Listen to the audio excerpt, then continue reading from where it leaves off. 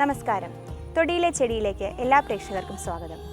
ഇന്ന് നമ്മൾ പരിചയപ്പെടുന്നത് കൊടുവേലിയെയാണ്. പ്ലംബാജിനേസിയ കുടുംബത്തിൽപ്പെടുന്ന കൊടുവേലിയുടെ ശാസ്ത്രീയ നാമം പ്ലംബാഗോ സൈലാനിക്ക അല്ലെങ്കിൽ പ്ലംബാഗോ റോസിയ എന്നാണ്.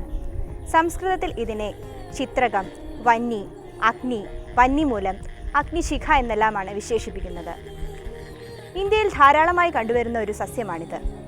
വടക്കേ അമേരിക്കയാണ് കൊടുവേലിയുടെ ജന്മദേശം. ചൈനയിൽ ഇത് വിപുലമായി കൃഷി ചെയ്യുന്നുണ്ട്. 4 തരത്തിലുള്ള കൊടുവേലിയുണ്ടെന്നാണ് ആയുർവേദ മതം. ഇതിൻ്റെ പൂവിൻ്റെ നിറഭേദമനുസരിച്ചാണ് ഈ തരം തിരിവ്. നീല, മഞ്ഞ, വെള്ള, ചുവപ്പ് എന്നിങ്ങനെയാണ് ആ 4 തരങ്ങൾ. നീല കൊടുവേലി വളരെയധികം അത്ഭുത ഔഷധസിദ്ധിയുള്ളതായി കരുതുന്നുണ്ടെങ്കിലും കേരളത്തിൽ ധാരാളമായി കണ്ടുവരാറില്ല. മഞ്ഞയും അതുപോലെ തന്നെ കേരളത്തിൽ ധാരാളമായി കണ്ടുവരുന്ന ഇനമല്ല. വെള്ളയും ചുവപ്പുമാണ് കേരളത്തിൽ സാധാരണയായി കണ്ടുവരുന്ന കൊടുവേലികൾ. ഇതിൽ വെള്ള കൊടുവേലിയെ തുമ്പ കൊടുവേലി എന്നും ചുവപ്പിനെ ചെത്തി കൊടുവേലി എന്നും പറയുന്നു. ഇന്ത്യയിൽ എല്ലായിടത്തും കൊടുവേലി വളരുന്നു. സാധാരണ ചെത്തി കൊടുവേലിയാണ് ഔഷധാവശ്യത്തിനായി കൃഷി ചെയ്തുണ്ടാക്കുന്നത്. ഇതിനാണ് ഔഷധഗുണം കൂടുതലുള്ളതും. ഏകദേശം 2 മുതൽ 4 അടി വരെ ഉയരത്തിൽ വളരുന്ന ഒരു ചിരസ്ഥായിയായ കുറ്റിച്ചെടിയാണിത്. ഇതിൻ്റെ ഉരുണ്ട കാണ്ഡം ഗ്രന്ഥിലമാണ്. കടും പച്ചനിറത്തിൽ കട്ടിയുള്ള ഇലകൾ ഒന്നിടവിട്ട് ക്രമീകരിച്ചിരിക്കുന്നു. ഇതിൻ്റെ അഗ്രഭാഗം കൂർത്തതും അരിക് തരളിതവുമാണ്. ഏകദേശം 5 മുതൽ 8 സെൻറ്റിമീറ്റർ വരെ വലിപ്പം വരുന്ന ഇലകൾക്ക് ദീർഘവൃത്താകൃതിയാണ്. ഇതിൻ്റെ കിഴങ്ങു പോലുള്ള വേരാണ് ഔഷധയോഗ്യമായ ഭാഗം.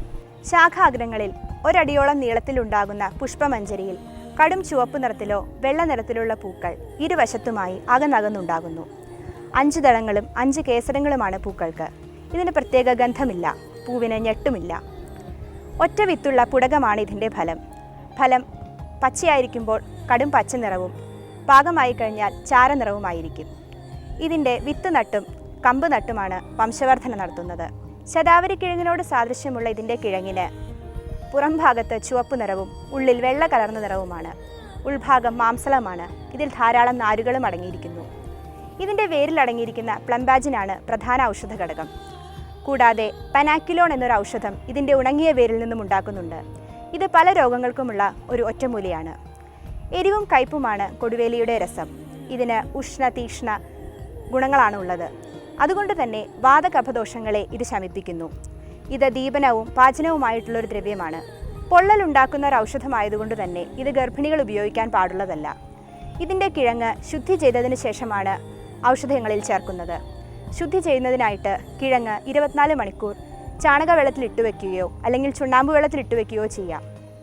അല്ലെങ്കിൽ ചാണകവെള്ളത്തിൽ തന്നെ പുഴുങ്ങിയെടുത്താലും മതി. അഗ്നിമാന്ദ്യം, അർശസ്, ഗ്രഹണി എന്നിവയിലെല്ലാം ധാരാളമായി ഈ ഔഷധം ഉപയോഗിക്കുന്നു. ചിത്രകത്തിൻ്റെ കൂടുതലായിട്ടുള്ള ഗുണങ്ങളെപ്പറ്റി ഡോക്ടർ CM ശ്രീകൃഷ്ണൻ നമ്മളോട് വിശദീകരിക്കുന്നതാണ്.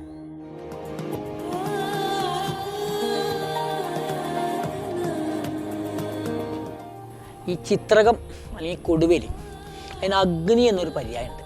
ഇതിൻ്റെ ഏറ്റവും പ്രധാനപ്പെട്ട ഉപയോഗം അഗ്നിദീപനം. അതുപോലെ ഇത് ഈ കഫശമനമാണ്. ശരീരത്തിലുണ്ടാകുന്ന ഈ ഗ്രന്ഥികൾ, കഫം, മേധസ് ഇതിനൊക്കെ പചിപ്പിച്ച് കളയുന്നൊരു ഗുണമുണ്ട് ഈ അഗ്നിക്ക് അല്ലെങ്കിൽ കൊടുവേലിക്ക്. അതുപോലെ വിഷശമനമാണ്. ഈ യകൃത വികാരങ്ങൾ, അത് ഈ ഫാറ്റി ലിവർ, സ്പ്ലീനോമഗാലി, ആ കണ്ടീഷനിലൊക്കെ ഈ കൊടുവേലി അരച്ച് തേൻ ചേർത്ത് കഴിക്കാൻ കൊടുക്കും.